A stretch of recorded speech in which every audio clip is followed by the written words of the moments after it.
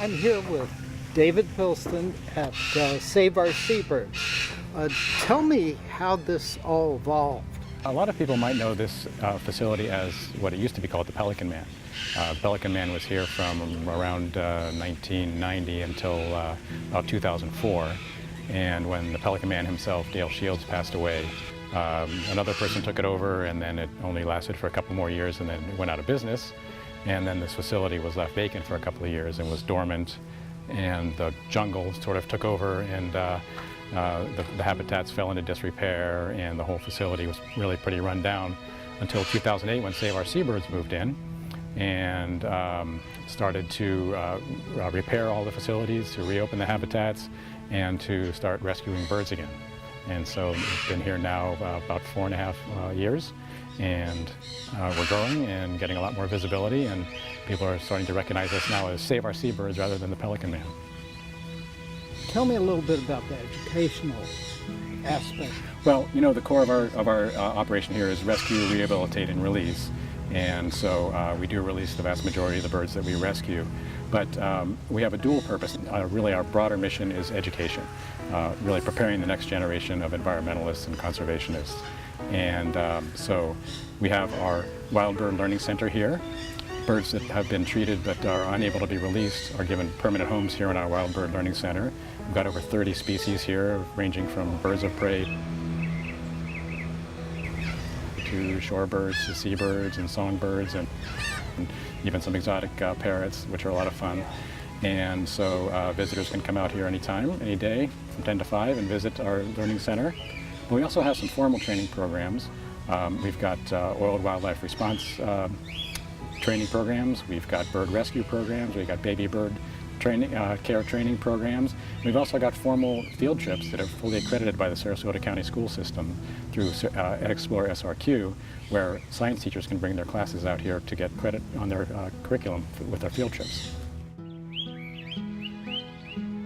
We see it really as a broader mission. It's the opportunity to get children and just youngsters really better in touch with nature.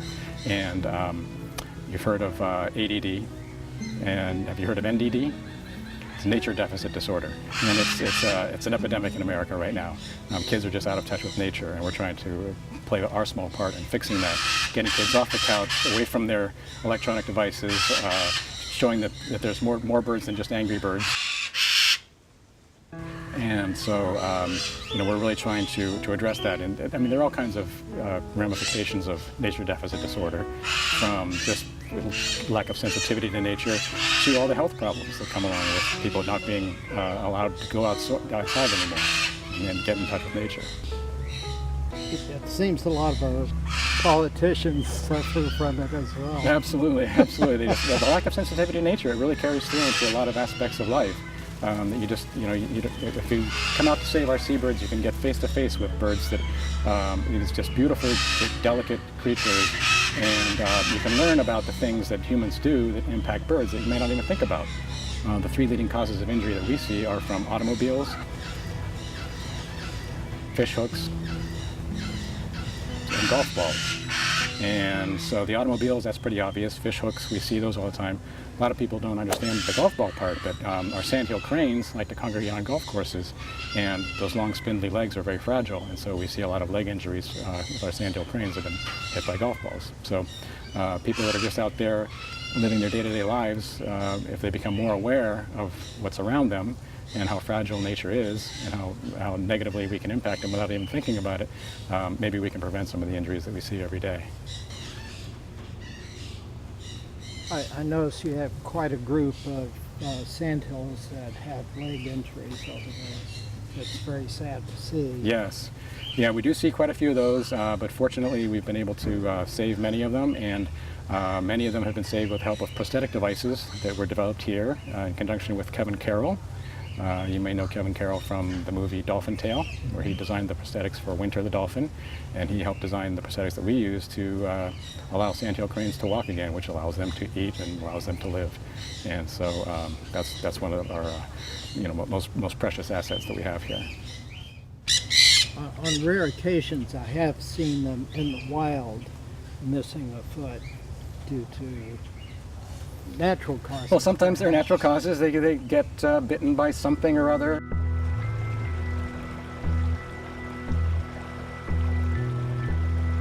We really try to focus on the injuries that are human caused. I mean, nature is nature. And so, one of our philosophies is everything's got to eat. And so, there is a pecking order in nature that should take its course. We shouldn't really interfere with that. But too many of the injuries that we see are human caused, and those are the ones where we try to intervene and fix them and hopefully even prevent them. I noticed you have an angry bird over here, but it's not the game. No, he just wants attention. He just wants attention. Our parrots, our cockatoos, and our blue and gold macaws, they love human interaction. And if it happens to be a quiet afternoon here and we don't have many visitors in the learning center, they start squawking because they want to talk, they want to sing, they want to interact. They crave that interaction. I really appreciate you taking the time to talk to me about this. Well, thanks for coming out. It's my pleasure. You're welcome out here anytime. Great. As is everyone else. I probably will be out here again. Good. Wonderful. Thanks. So we might send them back out that way. There we go. There we go.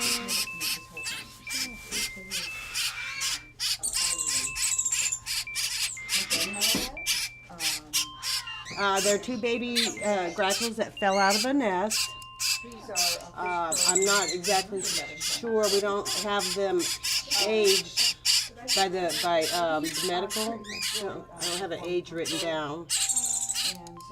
But they are fledglings. They're getting their adult feathers in, even though you can see the baby fuzz on the head.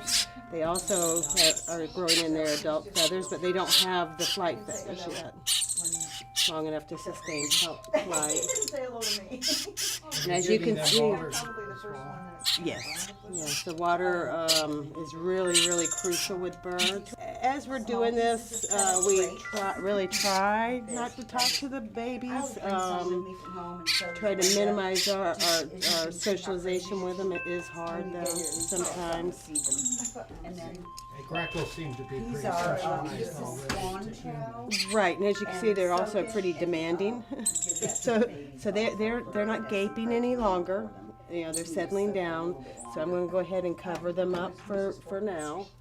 And then I marked down on the chart what I just fed them. Ordinarily, it says on here that I should be feeding them the bird chow, which we use the crane chow, mealworms, eggs, grapes. But because we're just starting out this morning, I wanted to get something into them, so right now I just gave them the mealworms to settle them down. What should someone do if they came across a couple of baby birds that are falling out of the nest?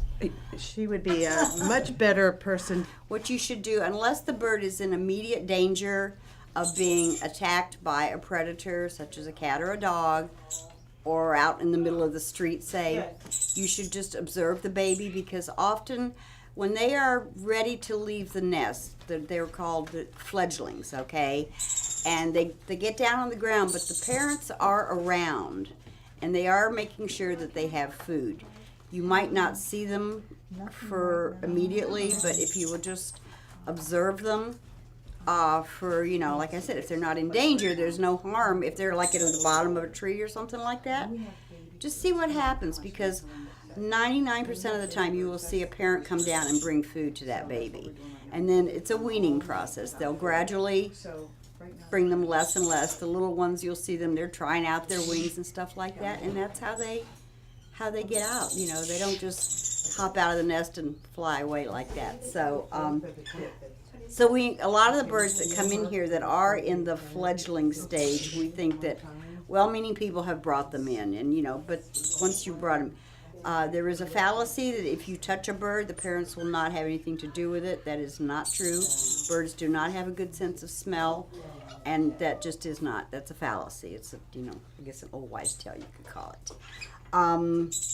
Other than that, you can also, if you find one that's very young, there's several stages. There's what we call hatchlings, which are the very, very just out of the egg. They're basically they can be almost naked looking like an embryo. They have no feathers. And they cannot survive outside, you know, without, unless you bring them in here, and even then it's very, very hard to keep them alive. Then from that, the next stage would be what we call a nestling. This is where they're starting to get the beginnings of their feather growth, but they're still being fed constantly by the parents, and they cannot survive outside of the nest. Then hatchling, then fledgling, which is when they're just about ready to go. And then, of course, juvenile is when they're on their own, but not fully adult. Okay. If you find young ones that have fallen, or the nest has fallen, you can make a fake nest or a substitute nest out of a hanging basket, or even something like this. You can put leaves or moss or grass in it and try and get it up in a tree. And if the parents are around, they will come to the babies. That's something you can try. But if, there's a question, then you should bring it into a place that has a rehabilitator, because it's really hard to raise a wild bird on your own. Little ducks are quick, and they jump. So, and we put them in those things, and they'll just come right out. There's a little baby duck. I don't know what he is. No, I don't. He could be a Muscovy. He could be a mallard. He could be a teal. It's hard to say right now. So, yeah. And feeding him is the same process. You don't have to. They don't do like the song. No, that we make up either something called flock raiser, which is something you buy at the feed store, and we soak that in water. And it makes like a mash. And no, they generally eat on their own. So the mother bird does not feed them. Not like a mockingbird or a blue jay or a cardinal or a robin. No. So yeah, they are. If they are not for some reason eating, there is some food in here, and I'm going to make him a little plate. Then we would have the hospital staff would feed him with a tube until he gets started and eats on his own. But they're generally pretty easy to,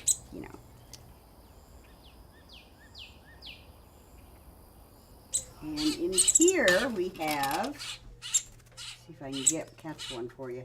These are downy woodpecker babies.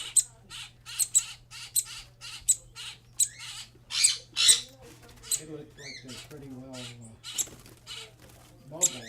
Yeah. Woodpeckers, the reason we put them in these mesh cages is they don't perch, unlike, some of the other birds, like the blackbirds over there, or a mockingbird. Can you see him? Ah, he's hungry. He wants some wormies.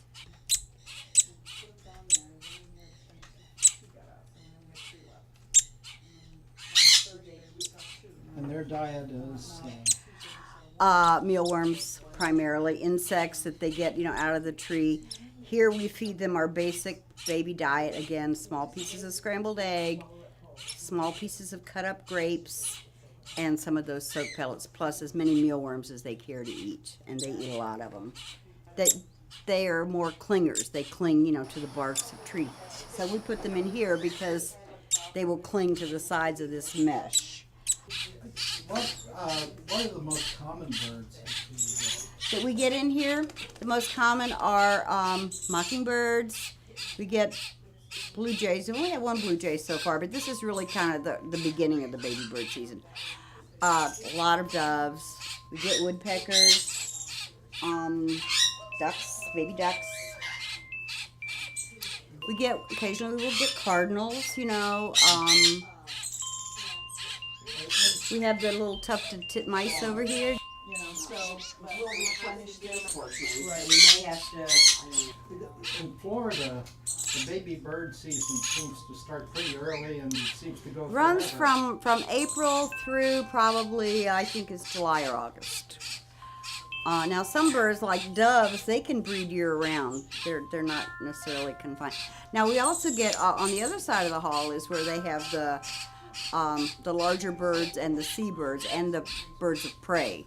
We get in. We've had quite a few baby owls this year, and some red-shouldered hawk babies.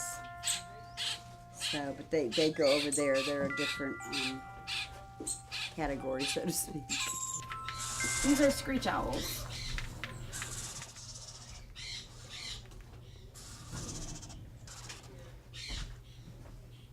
That one on the far right, he's the oldest one of the bunch.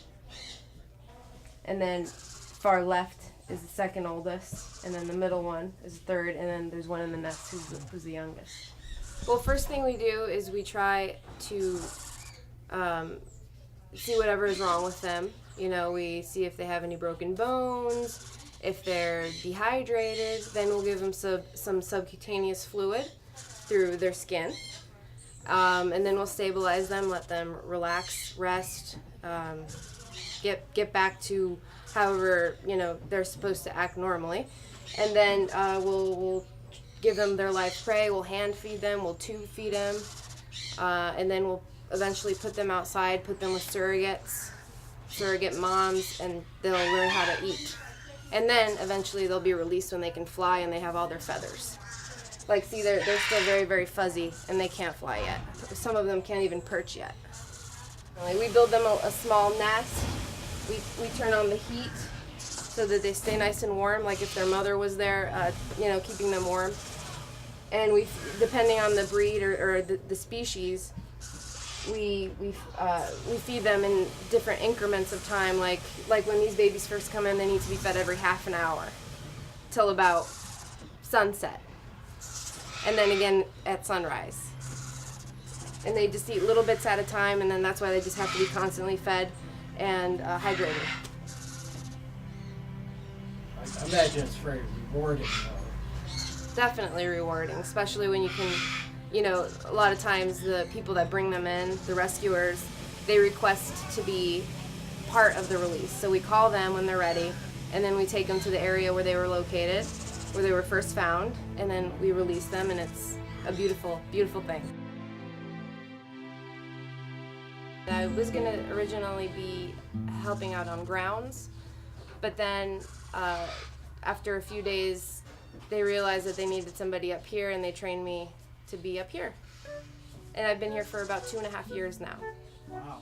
Yeah, I love it here.